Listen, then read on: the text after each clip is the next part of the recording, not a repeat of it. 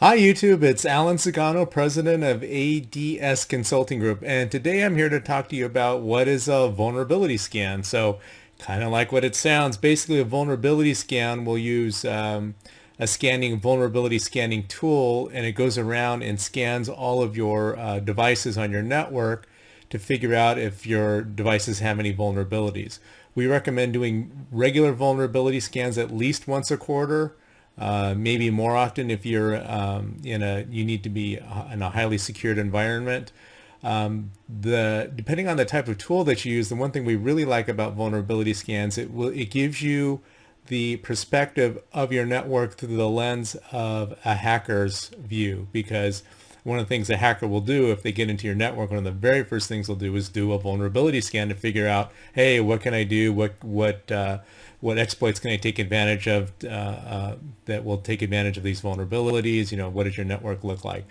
If you're doing one for the first time, what we do recommend is that you obviously patch everything first before you do the vulnerability scan, just because if you don't patch everything first, your vulnerability scan is gonna look like a War and Peace novel. It's just gonna be, yeah, all these things are screwed up and it's kind of a mess. The scary thing that you will run into with vulnerability scans, scary and good and bad, is that even if you patched everything that you possibly could identify, when you run a vulnerability scan, a lot of times it will pick up on stuff that doesn't even show up on the patch list radar.